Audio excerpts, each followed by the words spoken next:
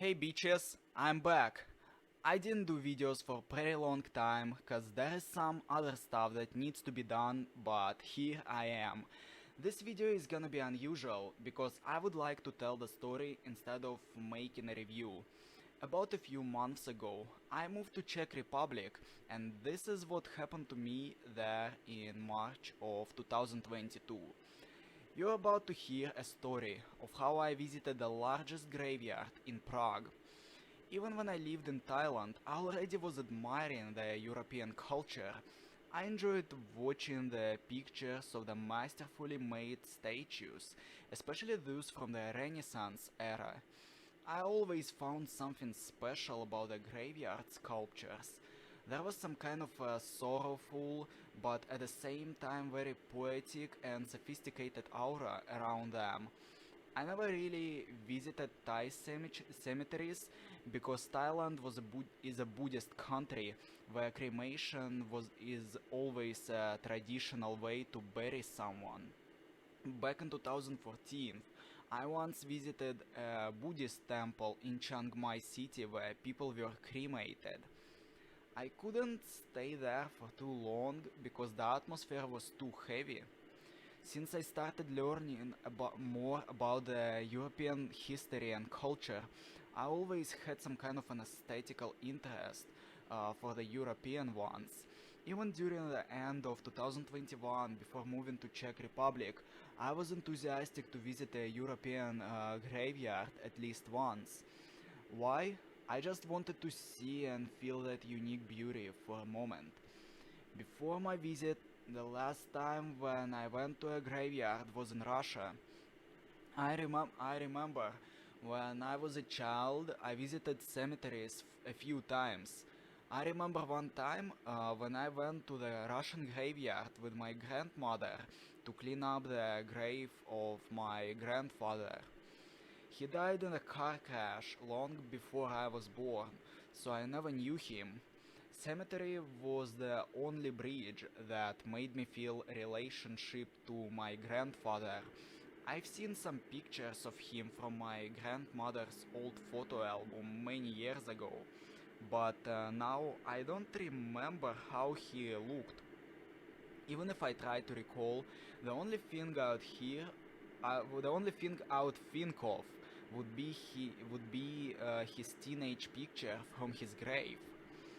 As you see, my experience of visiting graveyards is very melancholic but nostalgic at the same time. Objectively, Russian graveyards are very depressing. They're also very desolate because often they're located far away from the cities, so you might have an uncomfortable feeling of isolation while being there. I don't think the Russian graveyards are worth visiting without serious reasons. My opinion about the European ones is the same but not quite. When I finally immigrated to Czech Republic, once I suddenly noticed a local graveyard.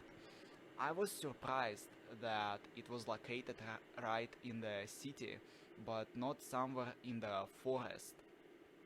It's Olshany Cemetery, and there are about 2 million burials from many different timelines. It is the largest cemetery in Czech Republic.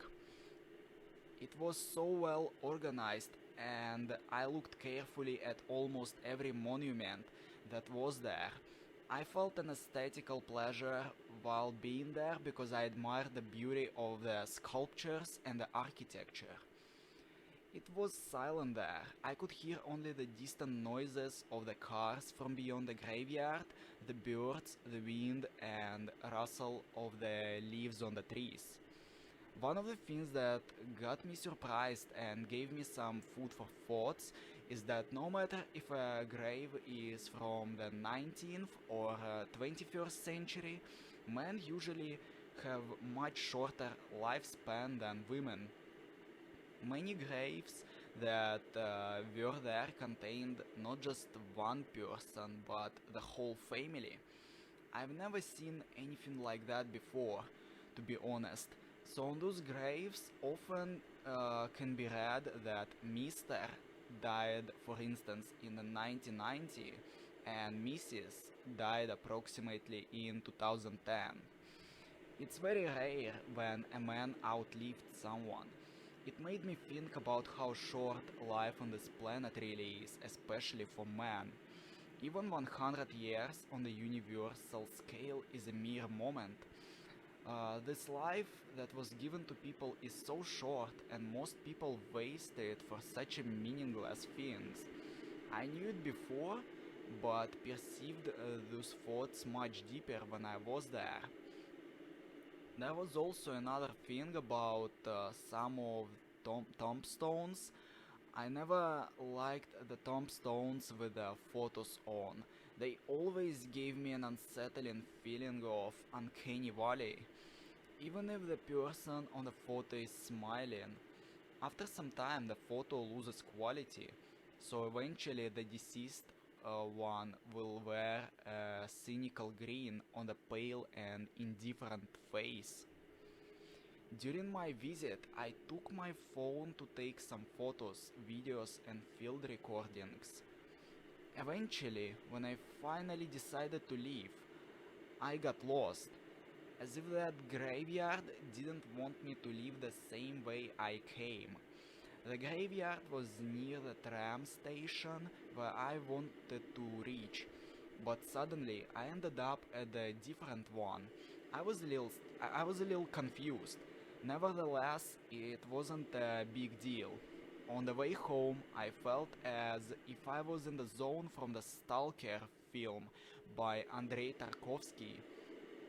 I experienced a unique kind of melancholy with a minor scent of nihilism. At home, I used two short samples from those field recordings that I made at the graveyard, edited them, took my synthesizer, and eventually created a 30-minute soundscape. I recorded it non-stop within one take. I didn't mix and master it because I considered live recording to be more authentic in that case. I knew how to call that soundcape even before taking the synthesizer. I decided to call it Serene Posthumous Aesthetics. The recording session was obviously successful because the soundscape accurately depicted what I felt after my visit.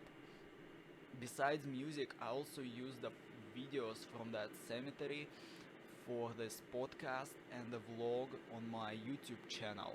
It's called ASMR Graveyard Melancholy. I didn't leave the photos from there without attention. I enjoyed editing them in Photoshop, and eventually two of those photos I used for the soundscapes cover art and for the YouTube videos preview picture.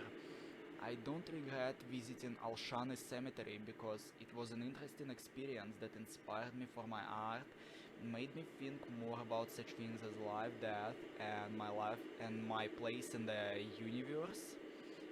I started realizing more such a simple but very important thing to never forget to live a fulfilling life because this life is only one and what's beyond it is unknown.